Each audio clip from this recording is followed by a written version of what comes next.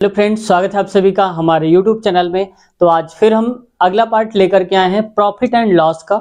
ये हमारा part number आज का चौथा होगा, क्योंकि 1 से 3 तक के पार्ट हम ऑलरेडी करवा चुके हैं और आपने देखे भी हैं। आप सबका सपोर्ट भी बहुत अच्छा मिल रहा है और इसी क्रम में ये जो क्वेश्चन है इसका लेवल थोड़ा और ऊपर उठाएंगे, क्योंकि ये पार्ट नंबर 4 है और जो पार्ट 5 आएगा उसका लेवल और हाई होगा। तो पार्ट 4 में स्वागत है आप सभी का। मेरा नाम है कपूर यादव। और फ्रेंड्स, अगर चैनल पे अब तक नए हैं और चैनल को सब्सक्राइब नहीं किया है तो आपसे रिक्वेस्ट है चैनल को सब्सक्राइब कर लें और बेल आइकन दबाकर हमारे यूट्यूब फैमिली का एक हिस्सा बन जाएं। फ्रेंड्स देखो, ये प्रॉफिट एंड लॉस जो है ये हर एक एग्जाम में पूछा जाता है, चाहे बैंक, रेलवे, एसएससी या टीचिंग का कोई एग्जाम हो, सब में पूछे जाते हैं क्वेश्चन। अब बड़े से बड़े क्वेश्चन का हम लेवल करवा रहे हैं, कोई सा भी क्वेश्चन आएगा आपका छूटने नहीं पाएगा अगर इस चैप्टर से आता है तो। देखो यहाँ पर पहला क्वेश्चन क्या है, कह रहा है वस्तु को 7% लाभ पर बेचा जाता है। यानी कि कोई वस्तु है उसे 7% लाभ पर बेचा जाता है। अगर इसे 4248 रुपए ज्यादा में बेचा जाए तो 13% का लाभ होता है। क्रय मूल्य ज्ञात करिए। अब यहां पर देखो, क्रय मूल्य कहीं पर नहीं दिया, ना कोई हिंट दिया है। ऐसे करना है। देखो, जब कभी ऐसे क्वेश्चन आता है तो यहां ये देखो कि ये लाभ कितने प्रतिशत का हो रहा है, 7% का, और यहां भी लाभ हो रहा है। यानी कि लाभ और लाभ, मैं यहां पर एक फार्मूला लिख देता हूं आपको, लाभ और दूसरा वाला भी क्या मिल जाए, लाभ। तो अगर लाभ और लाभ मिल जाए तो हम दोनों को क्या करेंगे, माइनस करेंगे। देखो यहां पर भी लाभ है, यहां पर भी लाभ है। और एक लिख देता हूं, अगर कहीं पर आ जाए लाभ और यह फिर आ जाए दूसरे वाले में क्या, हानि। एक में लाभ दिया हो, दूसरे में हानि दिया हो, तो हम क्या करेंगे, यहां पर करेंगे प्लस। ठीक है। और अगला मैं यहां पर बता देता हूं, अगर यहां पर दूसरे में आ जाए हानि तो यहां पर करते हैं हानि, और अगर हानि आ जाए और दूसरे वाले में क्या आ जाए, लाभ आ जाए, तो हम क्या करेंगे, इसको करेंगे प्लस। ठीक है। और अगर पहले वाले में भी हानि पूछ लिया जाए और दूसरे वाले में भी हानि पूछ लिया जाए तो हम क्या करेंगे, यहां पर करेंगे माइनस। समझ गए। अगर सेम हो, जिसको ये नहीं समझना है डायरेक्ट कर सकते हो। कैसे कि अगर कहीं पर लाभ और लाभ 2 बार आ जाए या हानि और हानि 2 बार आ जाए तो हम दोनों को सब्ट्रैक्ट करेंगे, यानी कि घटाएंगे, उनका अंतर निकालेंगे। अगर लाभ हानि या हानि लाभ अलग अलग दिए हों, कुछ लाभ कोई हानि, तो हम दोनों को जोड़ देंगे। बस सिंपल सी बात है। यहां देखो कह रहा है 7% का लाभ है, तो यहां पर आप लिख लो 7। ठीक है, 7%। दूसरा कह रहा है 13%, तो यहां पर आप लिख लो 13%। हो गया इतना।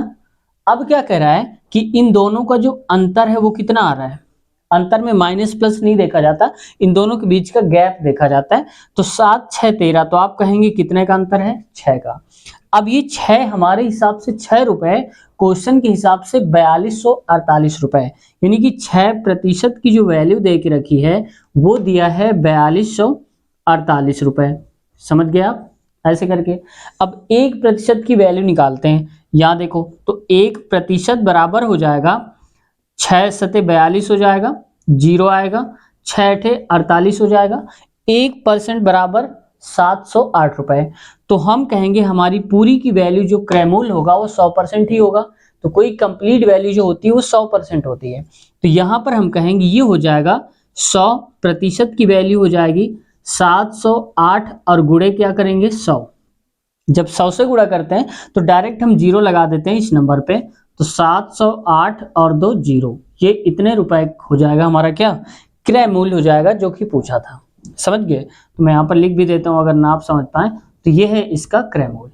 है ना कितना आसान क्वेश्चन, आप कर लेंगे।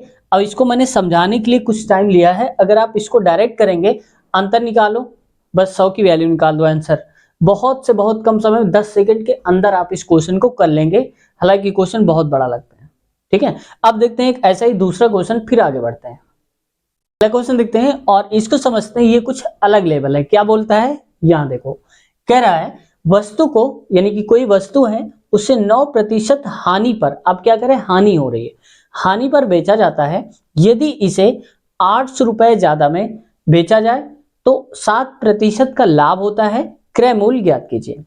अब देखो, एक में हानि हो रहा है और अगर हम 800 रुपए ज्यादा रेट बढ़ा के बेचते हैं तो हमें 7% का लाभ हो रहा है। क्रय मूल्य बताना है। तो हमने बताया था कि अगर यहाँ पर हानि आ रही है, यहाँ पर लाभ आ रहा है, अलग अलग दोनों आ रहे हैं, यहाँ हानि यहाँ लाभ। या फिर यहाँ लाभ आ जाए यहाँ हानि, दोनों अलग अलग दिए हों, तो हम क्या करते हैं इन दोनों में देखो यहाँ पर हम क्या करेंगे, इन दोनों का अंतर ज्ञात करते हैं, समझ गए। इन दोनों का प्लस करते हैं, माफ कीजिएगा। तो प्लस का मतलब है जैसे देखो अगर हानि और लाभ ज्ञात किया जा रहा है अलग अलग, तो पहले देखो लिखा है 9% और इसके साथ साथ क्या लिखा है, ये लिखा है 7%। टोटल कितना हो गया 9 7 16%। तो 16% जो है इसकी वैल्यू हो जाएगी 800 रुपए, तो आप लिख दो 800। अब देखो 16% की वैल्यू 800, तो 1% की वैल्यू क्या होगी, इसको अगर काटोगे तो मैं इसको यहां आगे लिख देता हूं, तो ये हो जाएगा 1% बराबर हो जाएगा 16×85 मतलब 50 रुपए, और अगर 100% तो 100 से गुणा करा दो, तो ये हो जाएगा 100% बराबर हो जाएगा 50 गुणे 100 मतलब हो जाएगा यहाँ पर 5000। ठीक है, तो ये हो जाएगा हमारा रुपए, RS में लिख दो 5000 रुपए हो जाएगा हमारा क्रय मूल्य। समझ गए होंगे, है ना कितना आसान, बस देखना है और सॉल्व कर डालना है इस क्वेश्चन को। ठीक वैसे ही यहाँ पर समझते हैं और इसको समझने के बाद फिर अलग लेवल के क्वेश्चन लेते हैं। पहले यहाँ देखो, इसमें कह रहा है वस्तु को 10% हानि पर बेचा गया, 200 रुपए ज्यादा में बेच दे, अगर उस वस्तु को 200 रुपए बढ़ा के बेच दें तो हमें 5% की हानि होती है, क्रय मूल्य ज्ञात करना है। तो पहले आप वीडियो को पॉज कर दें और इसके बाद अपने आप से आप इसको सॉल्व करिए। सॉल्व करने के बाद जब आंसर आ जाए तो वीडियो को फिर से स्टार्ट करिए और देखिए फिर इसका आंसर जो आपने लगाया था और जो हम बता रहे हैं क्या मैच कर रहा है, यहाँ देखते हैं। तो उम्मीद है क्वेश्चन को आपने सॉल्व कर लिया होगा। अब यहाँ देखो, इसमें कह रहा है वस्तु को 10% हानि पर बेचा गया, तो हानि हो रही है कितने प्रतिशत की, 10% की।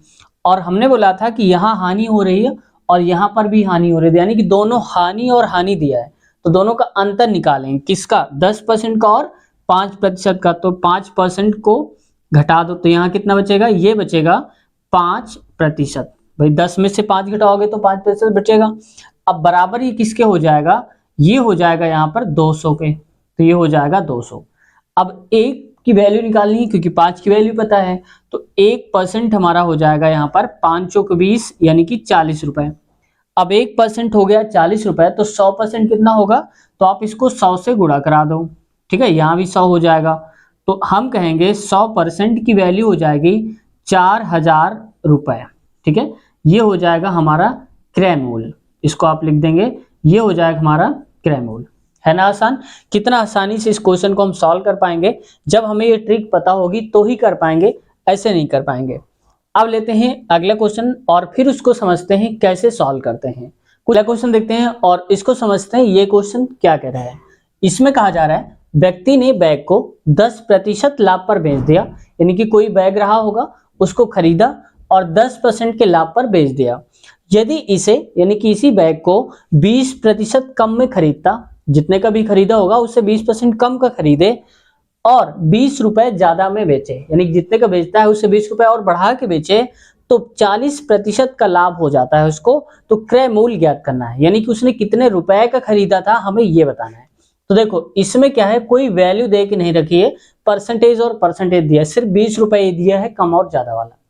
तो जब ऐसा क्वेश्चन आता है तो इसको कैसे करेंगे, यहाँ देखो सबसे पहले हमें क्या करना है, मान लिया हमने कि जो क्रय मूल्य रहा होगा उसका क्रय मूल्य वो रहा होगा उसी वस्तु का 100 रुपए, कितना 100 रुपए रहा होगा।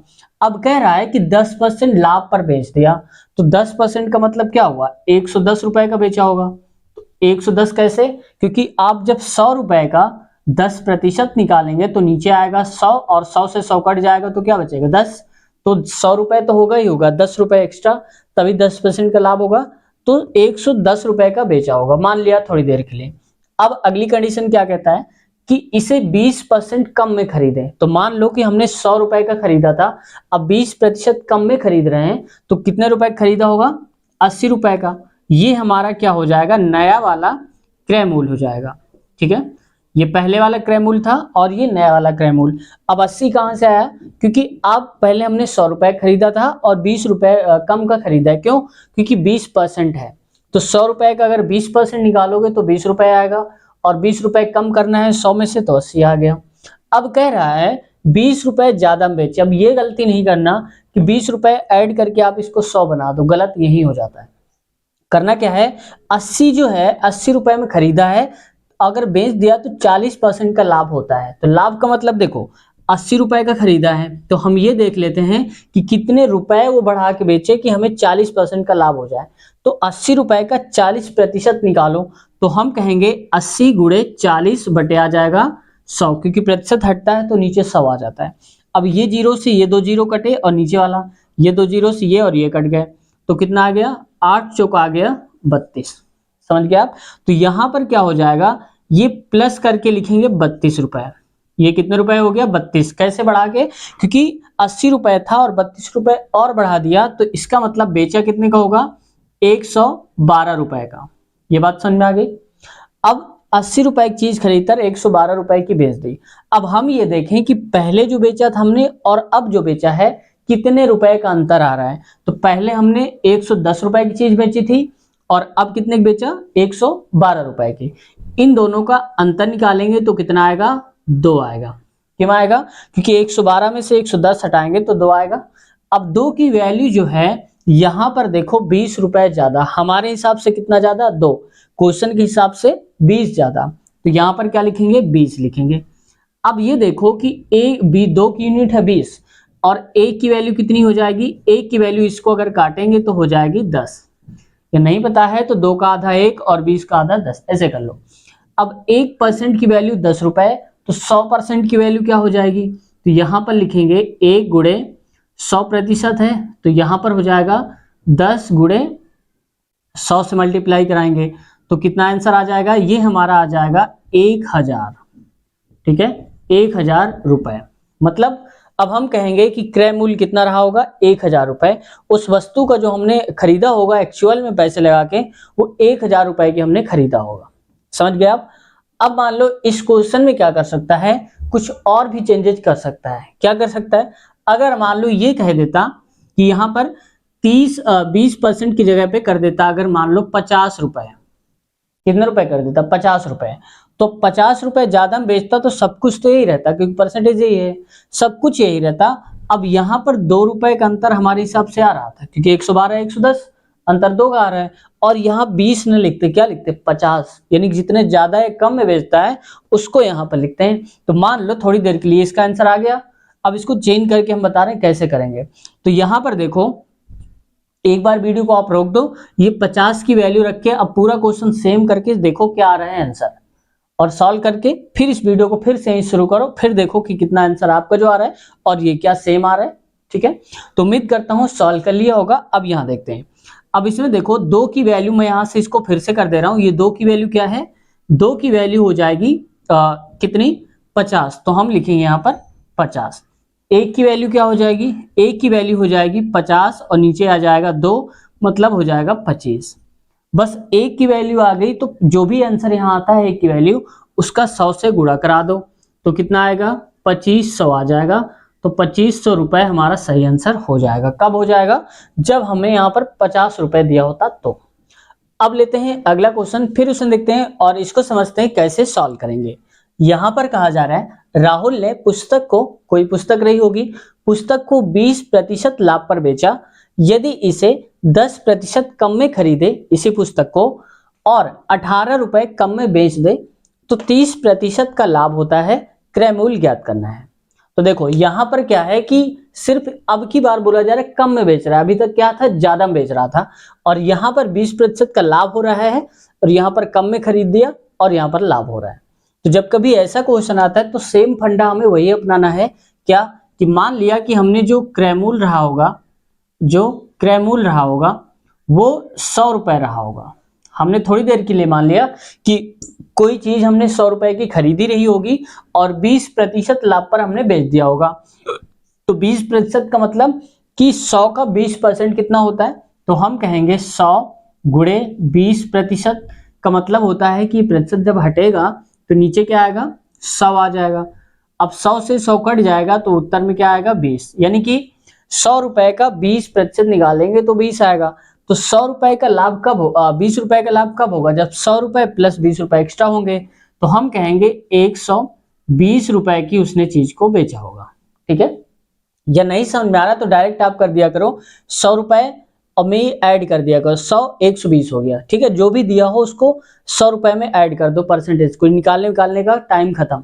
सीधे आप ये कर दो 100 रुपए प्लस इतना 120 आ गया। अब आगे देखो, इसे 10% कम में खरीदे, यानी कि जो 100 रुपए की हमने चीज खरीदी थी उसको 10 रुपए और कम में खरीदे। तो कम में खरीदने का मतलब क्या हुआ कि हम 90 रुपए खरीदें, 90 रुपए की 10% कम में खरीदें, तो ये हमारा नया वाला जो है ये क्रय मूल्य बन जाएगा। कौन सा? नया वाला। तो नया वाला क्रय मूल्य कितना हो गया? 90। अब 90 कहां से आया? क्योंकि हम कहेंगे 10% कम में खरीदा था, तो 100 रुपए था, 100 रुपए का 10% कितना होता है? ऐसे काटेंगे तो आएगा 10, समझ गया आप? तो यहाँ पर 10 रुपए, 100 में से 10 कम कर दो तो 90 आएगा, ऐसे।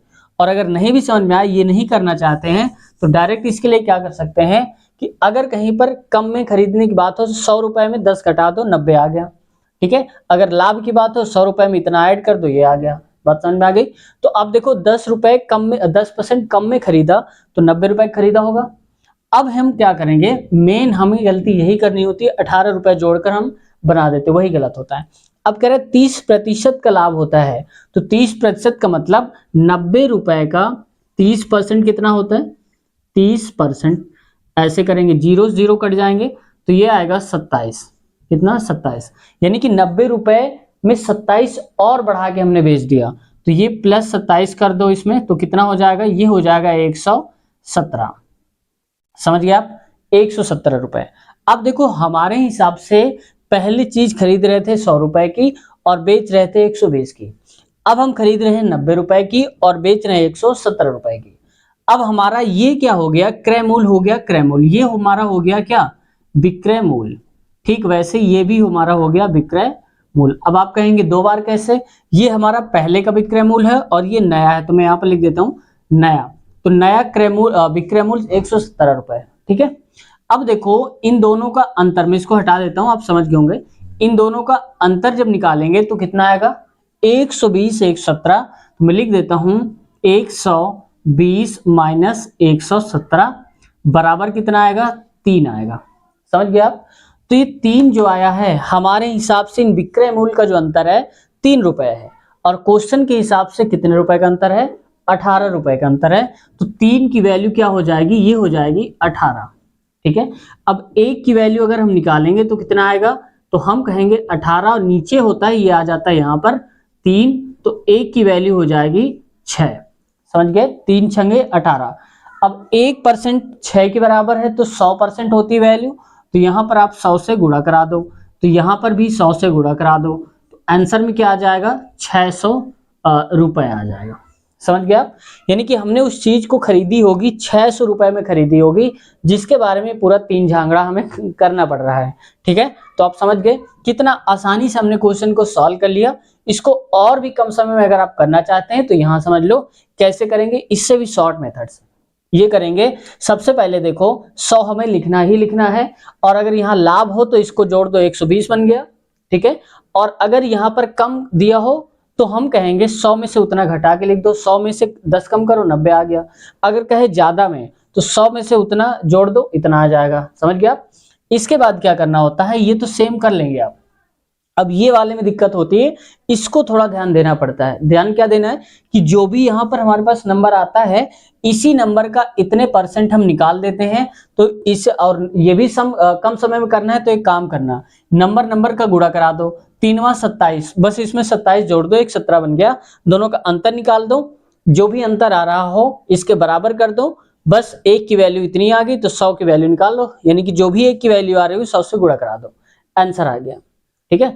अब लेते हैं कुछ अगले टाइप के क्वेश्चन और फिर उनको समझते हैं कैसे सॉल्व करेंगे। समझते हैं अगला क्वेश्चन और इसको कैसे करेंगे। यहाँ देखो ये कुछ अलग टाइप के क्वेश्चन है, आप देखकर ही समझ गए होंगे, फिर भी इनको चुटकियों में उड़ाएंगे कैसे। यहाँ देखो कह रहा है एक आदमी, देखो मैं बता दूं पहले, ये ALP 2019 में पूछा गया था पेपर, और ठीक वैसा ही ये क्वेश्चन, जो कि नाम यहाँ पर माही हमने लिख दिया है, वहां पर कुछ और नाम लिखा था, XP करके लिखा था, लेकिन सब कुछ सेम था। ग्रुप D 2018 वाला जो पेपर था उसमें पूछा गया था, ठीक है।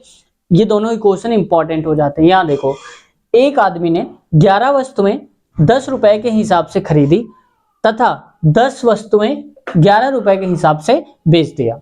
लाभ या हानि प्रतिशत ज्ञात करना है।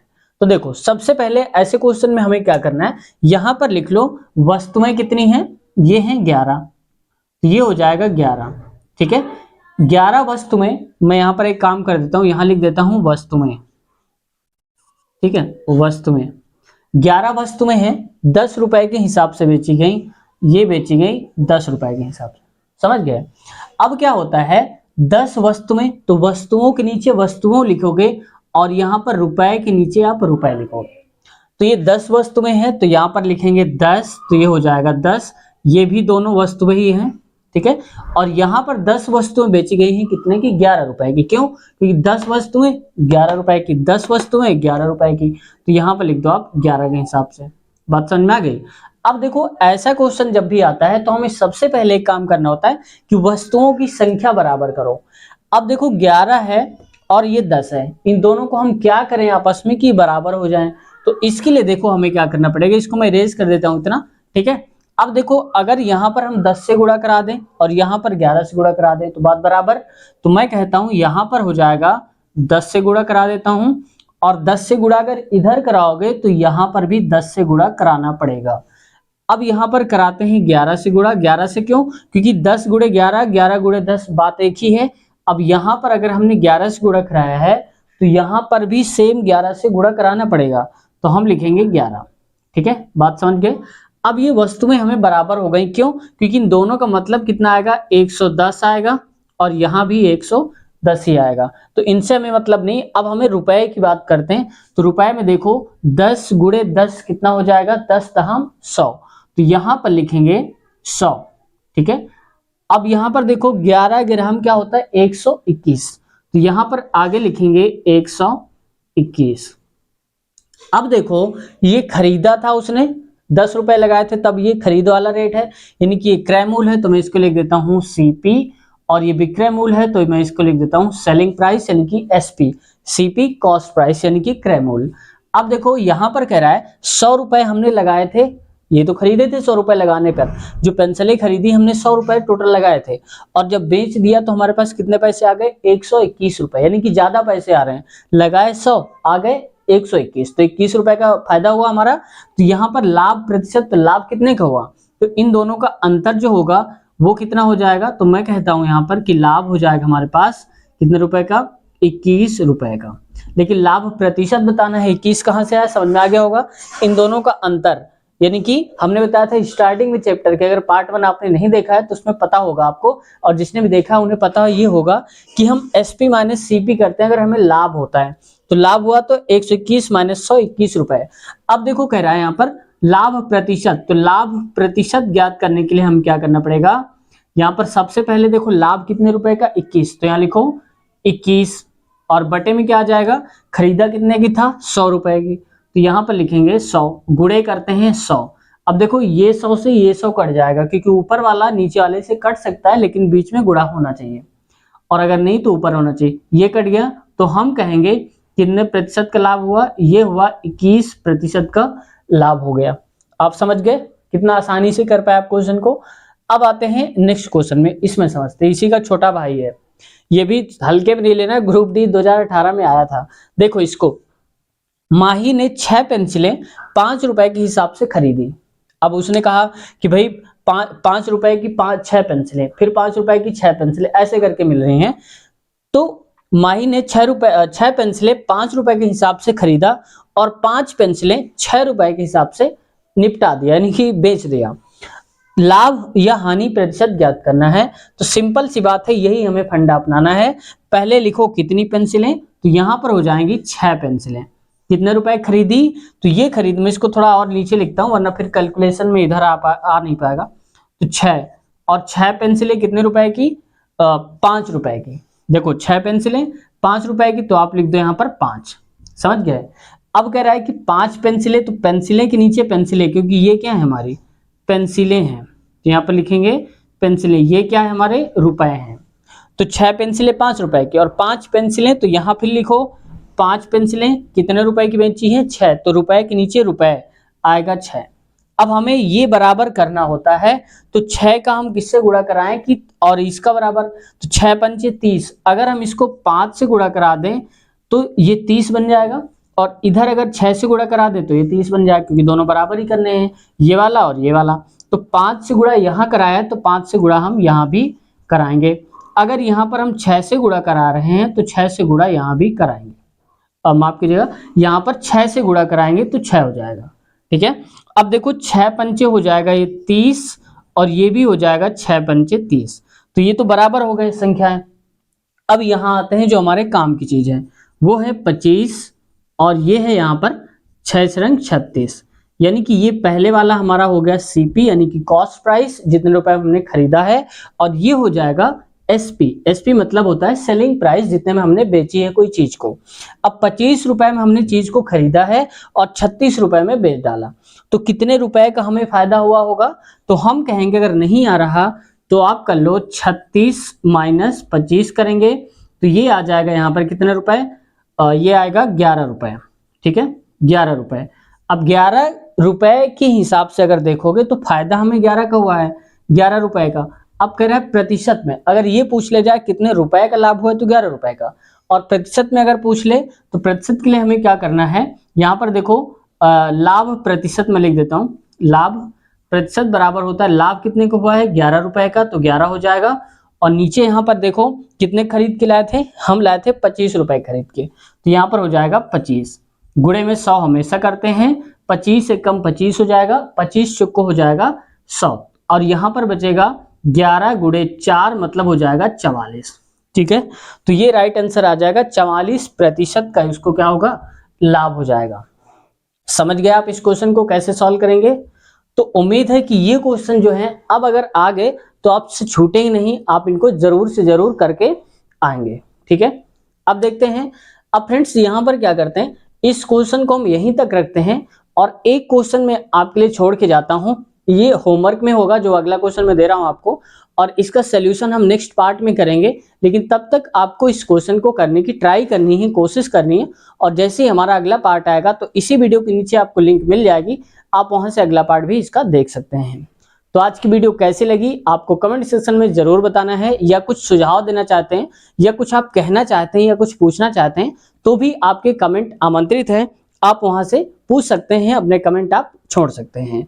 तो आप में से जितने लोग कमेंट करते हैं उन सबका हम रिप्लाई जरूर देते हैं। आप में से जितने लोगों ने किया होगा उन्हें पता भी होगा इस बात का। तो फ्रेंड्स, इसके साथ साथ ये तो प्रॉफिट एंड लॉस चैप्टर चल ही रहा है, और साथ में अगर आप कोई और चैप्टर पढ़ना चाहते हैं, जैसे प्रॉफिट एंड लॉस के अलावा time and work, pipe and system, या फिर प्रतिशत परसेंटेज वाला कोई पढ़ना चाहते हैं, तो इसी वीडियो के नीचे आप एक बार चेक कर लेना, लिंक आपको मिल जाएगी। अलग अलग जो चैप्टर हैं उनकी पहली पार्ट की जो लिंक है यहाँ पर आपको मिल जाएगी, वहां से आप कर सकते हैं। या फिर आप जीएस में कुछ देखना चाहते हैं तो उसकी भी लिंक आपको मिल जाएगी, जैसे भारतीय राष्ट्रीय आंदोलन जो है इंपॉर्टेंट हो जाता है ये। फिर अगर आप कंप्लीट देखना चाहते हैं हमारे चैनल के बारे में तो आप प्लेलिस्ट में जाएंगे, तो हमने अलग अलग टाइप की प्लेलिस्ट बना दी है। मैथ की प्लेलिस्ट अलग है, और प्रीवियस ईयर जो पेपर हैं पिछली बार जो हो चुके हैं, जिस नौकरी की सबके हम करवा चुके हैं, उनको भी आप देख सकते हैं। उसके साथ साथ जीएस के भी हम पोर्शन करवा चुके हैं, उसकी प्लेलिस्ट अलग है, तो आप वहीं से देख लेना। ठीक है, तो आप चाहें तो प्लेलिस्ट से सारी वीडियोस एक साथ निकाल सकते हैं, या आप चाहें तो लिंक से आप देख सकते हैं, जैसा आप चाहें। तो मैं क्वेश्चन आपके लिए देता हूं पहले, फिर इसके बाद हम आगे बढ़ते हैं। तो ये क्वेश्चन है फ्रेंड्स आप सबके लिए, मैं इसको पढ़कर सुना देता हूं फिर बताता हूं। एक बेईमान दुकानदार सामान को क्रय मूल्य में बेचने का वादा करता है। वो कहता है मैं जितने रुपए की चीज खरीद कर लाया हूं उतने रुपए में बेच दूंगा, लेकिन करता क्या है घपला, 30% कम वजन वाले बाट का प्रयोग करता है। लाभ प्रतिशत ज्ञात करना है कि उसको कितना लाभ होगा। वो कहता है अगर मैं 10 रुपए किलो चीनी लाया हूं तो मैं 10 रुपए किलो ही बेच दूंगा, लेकिन इसके बाद भी वो लाभ कमाता है क्योंकि बेईमानी करता है। कितने की? 30% कम देता है। अगर किसी को मान लो 1 किलो देना है तो 700 ग्राम ही देता है। लाभ प्रतिशत कितना होगा ये आपको बताना है। तो एक बार प्रयास करना आप इस क्वेश्चन को सॉल्व करने का। आप चाहो तो स्क्रीनशॉट ले लो, मैं साइड हो जाता हूं यहाँ पर। अब इसका यूज करता है, अब इसको आपको बताना है, कोशिश करना है, और कमेंट सेक्शन में बताना है इसका जवाब क्या आता है। अगले पार्ट में हम इसका सोल्यूशन लेकर के जरूर आएंगे, और पहले ही क्वेश्चन हमारा ये होगा। तो वीडियो कैसी लगी? अगर चैनल पे अब तक नए हैं और चैनल को सब्सक्राइब नहीं किया है तो चैनल को सब्सक्राइब कर लें और बेल आइकन दबाकर इस यूट्यूब फैमिली का एक हिस्सा बन जाएं। और कुछ कहना चाहते तो कमेंट सेक्शन में आपका स्वागत ही है, हमने पहले ही बता दिया। मिलते हैं नए वीडियो में, टेक केयर, बाय बाय।